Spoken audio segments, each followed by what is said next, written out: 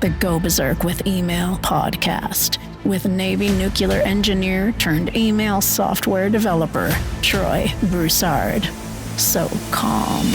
I'm pissed off, but I'm telling this because I am teaching you how to think differently and how to test differently. So patient. And Ben, that's put $500,000 into this company too, is being told that nobody can find the goddamn bug. So charitable. I'm going to start paying bounties every time somebody finds a bug. We're going to deduct $10 for that week. So trusting. Do not assume that anything works. Assume that nothing works. And so sweet, it makes sugar taste just like salt. I want to play into the sexiness of marketing automation, but I also want to slap the complexity of it. The Go Berserk with Email podcast begins now. This is it, man. Most shows don't make it this far, Troy. 50 episodes into it. Over a year of you and I rapping. And I'm going to say something, man. I hardly knew you when we got together, and I had some doubts and reservations, but I am truly grateful for having this time with you, getting to know you, having this relationship with you, man. Thank you. Thank you for including me on this. Yeah, man, I likewise. It's been a lot of fun. I knew you from the podcast with Ben, but we didn't really have any friendship or camaraderie or anything. I just tuned in, heard your voice on some of his podcasts and stuff. So, yeah, same thing. It's been fun. It's been a wild ride, and but all good things have to come to an end. And this is episode number 50 for us. And the truth of the matter is that there's just only so much stuff I can talk about in email, and I just feel like I've covered it all. And I'm sure I could go longer and deeper, but there's such a robust offering here already in these 50 episodes. It just seems like a logical place to bring it to a conclusion. So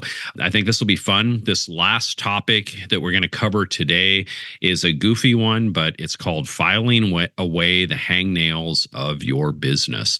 And we all have these little goofy habits, right? Personal habits that we do. And for me, I am somebody that grew up playing the piano, and I played the piano since I was 5 years old. And I would practice hours and hours a day playing the piano. And I'm a touch typist, right? So I type over 100 words a minute, and I'm always on the computers, right? And so my hands, like a carpenter, his hands, they're critical to everything I do. Now, a carpenter's hands will never be confused with mine. He'll look at my hands and go, "What are you, gay or something? Like you got these little and supple. You're soft and supple, And I'm like, yeah, sorry, man. I used to do construction with my brothers, and when I first got started, it took so long to build some calluses up on the hands for construction, right? It's a tough one.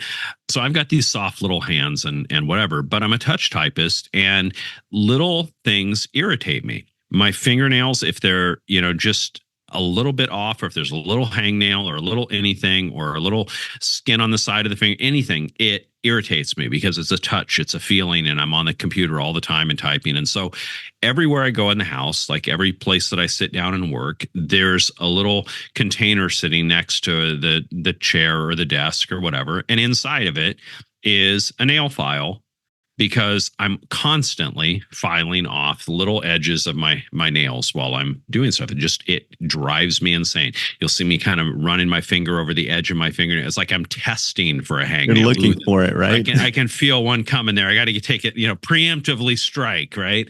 And so, you can laugh at me all you want. I'm happy to be the target of laughter, but we all have our little quirks. And if you don't want to admit yours, that's fine. But we all have them, and that's one of mine.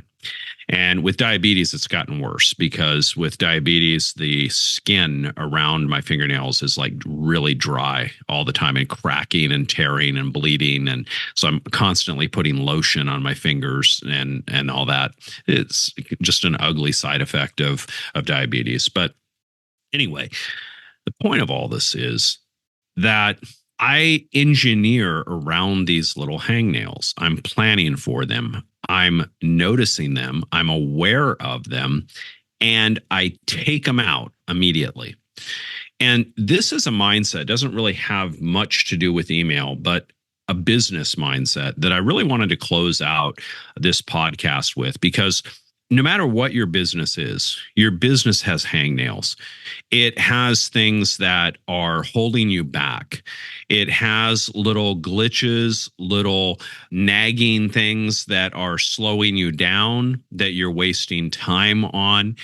And the mindset is, I'll put that off until I can do it another day. I don't have time to deal with that right now.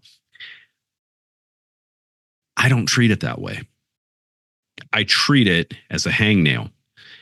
I am not going to be able to type an email with a hangnail. I stop right there and file it away for 30 seconds, and now it's good to go. Now I can get back to work. When I find hangnails in my business, I do the same thing. I immediately take issue with them. And I mean immediately. So the other day I had this thought of, I should really send out a personal note to this person. So I took the time and I wrote out a note and I filled out an envelope. And in the middle of doing that, I was like, okay, this was really good. It's a good takeaway, but I need a pre-addressed envelope that's already got all of my business branding and everything done on it. And I need some really high quality thank you cards and all of that. So I immediately stopped what I was doing, went to Slack, reached out to my designer and said, this is what I want, do it.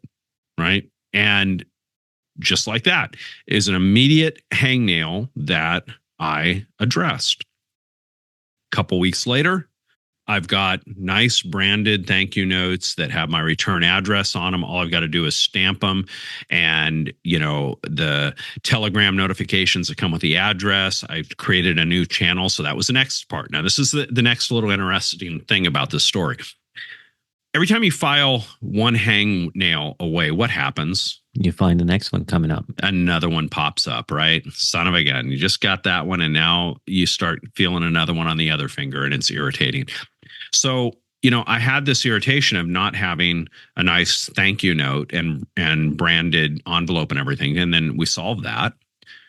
Well, then, laziness begets laziness. Or, I always say I like to hire laziness. I think we did a whole episode about that, and hiring the lazy programmers. I like lazy. It's efficiency. So writing an envelope out, that is important to me. I don't want to automate that. I don't want to use those cheap fonts and make it look like handwriting and all that stupid nonsense. I want the personal attention of doing it personally. That's fine. But there is a line, right? I don't need to lick and stick the stamps. I can buy stamps that are already have adhesive on them, so I don't have to lick anything. I can get addresses that I can just have somebody else do the addressing of it, right? And I don't want them printed, because I want the personal feel. But here's what I did. I set up an automation that when this scenario happens, that I want to send out a thank you card, a particular scenario, and there's lots of different scenarios that I do this on. Well, I set up a notification that triggers a message on Telegram into a channel that my wife has access to. And when she sees that message come through, she knows what to do. And she's got the address, she gets the envelope, and she writes it all out, puts a stamp on it, sets it on my desk. So the next time I sit down, I see that it's sitting there pre-addressed and ready to go. And I'm like, oh yeah, I need to write this thank you to such and such. And I do that. I do the one small little thing that I need to do. I literally don't even seal the envelope. I don't even stuff the envelope. I write the card and I set it aside, and my wife picks it up and finishes the task, seals it up, does the little thing, puts a little sticker on the back, drops it in the post office the next time she picks up our son from school, etc. Right? So my point is, those were several little hangnails that I identified just during the course of my day. And every single day, I'm doing that in my business. I am looking for hangnails. I am preemptively identifying them. And then when I find them, I'm doing everything I can to solve them in the laziest way possible, in the least amount of my effort humanly possible. Right now, I designed some new boxes for fulfillment to our traders when they join low stress trading. So when they join, we send out this really cool box. Well, it takes a long time to get all this design, but right now the box itself is just a brown box, but I've already designed a new one. Now I've got a designer that did all of that. I've gone back and forth with her. I ordered one of them, paid like $150 for one box. Sounds insane. Prototype. But yeah, it's the prototype. And I got it. I got the sizing, make sure everything's right. Everything fits the way I want it. I checked all the layout on the imaging, the color, the print quality, etc. Had a couple changes, but they were already 80% there. So then I went ahead and ordered 25 more with the next variation. I still only ordered 25 because I'm sure I'll make a few minor adjustments and before I do a bigger batch.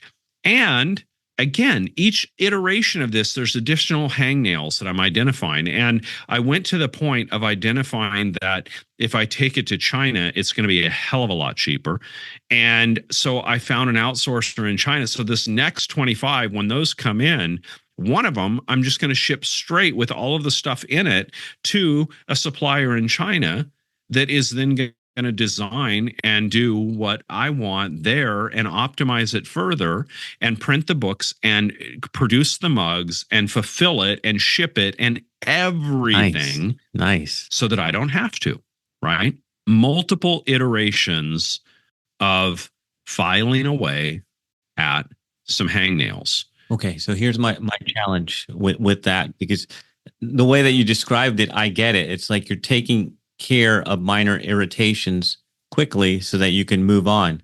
But then what about the other side of that where, like I see it all the time, where maybe you don't actually get your work done because you're always, like you say, majoring in the minors, chasing hangnails, but not actually getting. How do you determine whether this should be done now or it's just a distraction, I guess is the question. The real question is I would like to say I've got a specific timer in my head. I don't.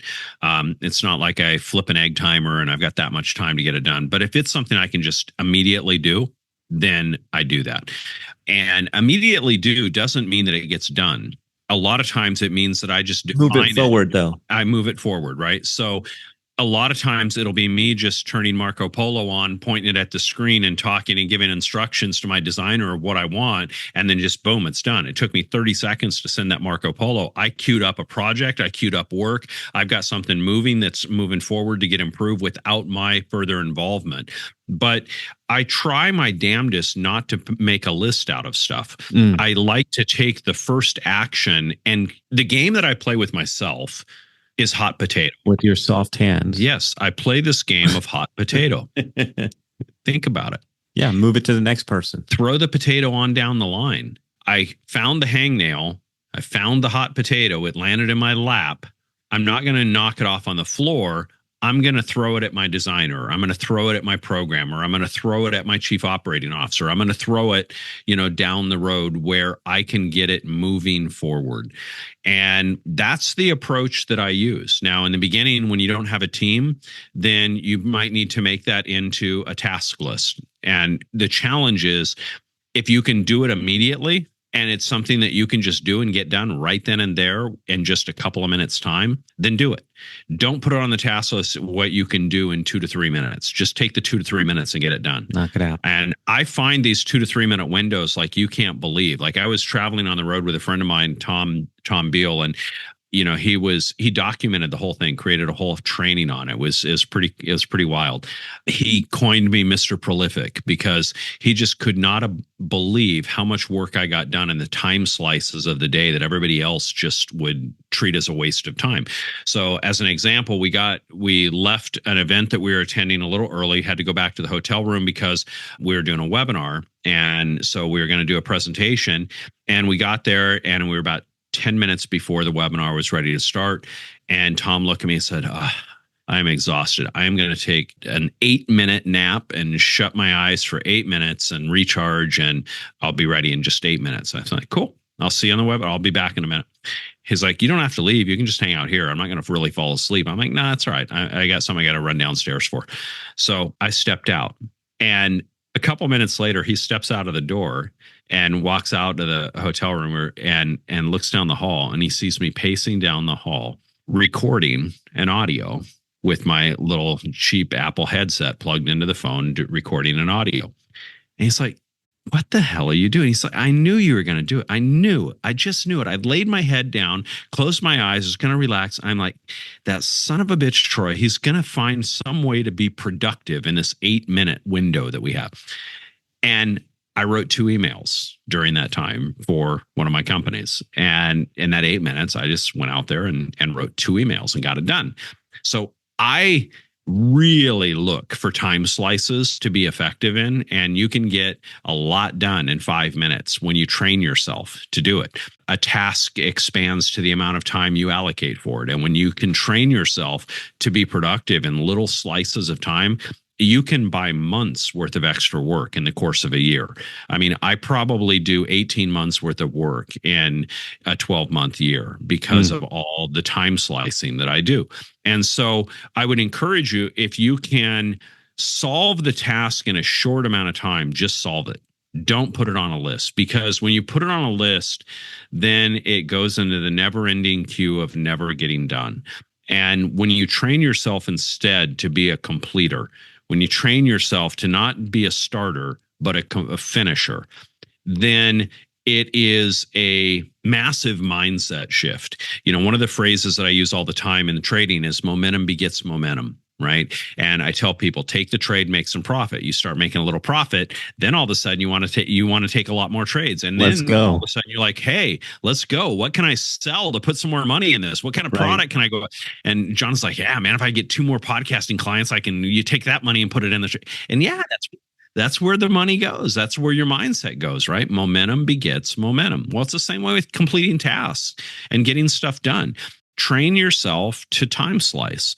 And I think you're going to be far more effective in your business. So, that's it, Jonathan, closing out this podcast. It's been a lot of fun for me. And I know this last one is really not about email, but it really is, because everything in your business is related to your business. And email is the biggest part of your business when it comes to a marketing and driving business standpoint. It's your biggest asset. So, learning how to identify the hangnails of what you do and training yourself over time to time slice those solutions and training yourself to become a finisher and just getting stuff done and moving on to the next will have a massive impact in your business. So hopefully that is a good way to bring this baby to a wrap.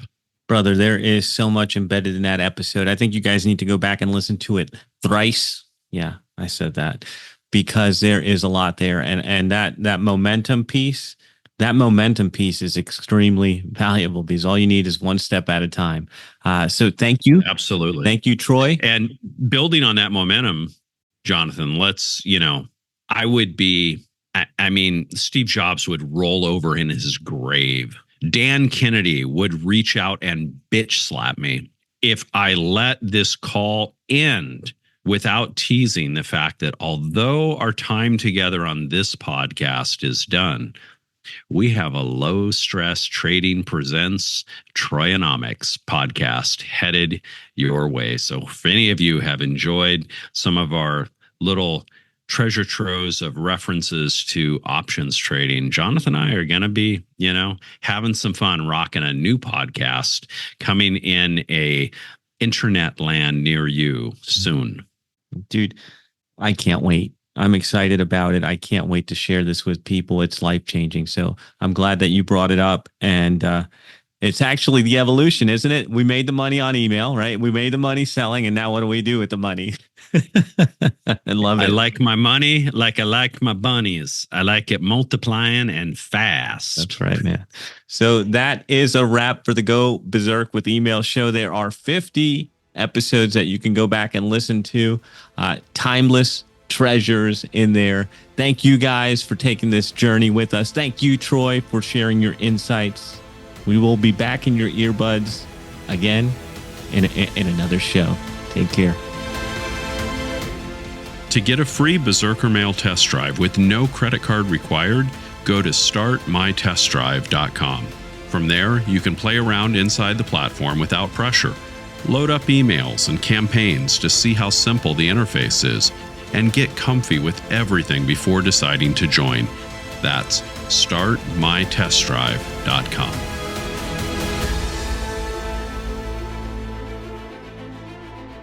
This is thepodcastfactory.com.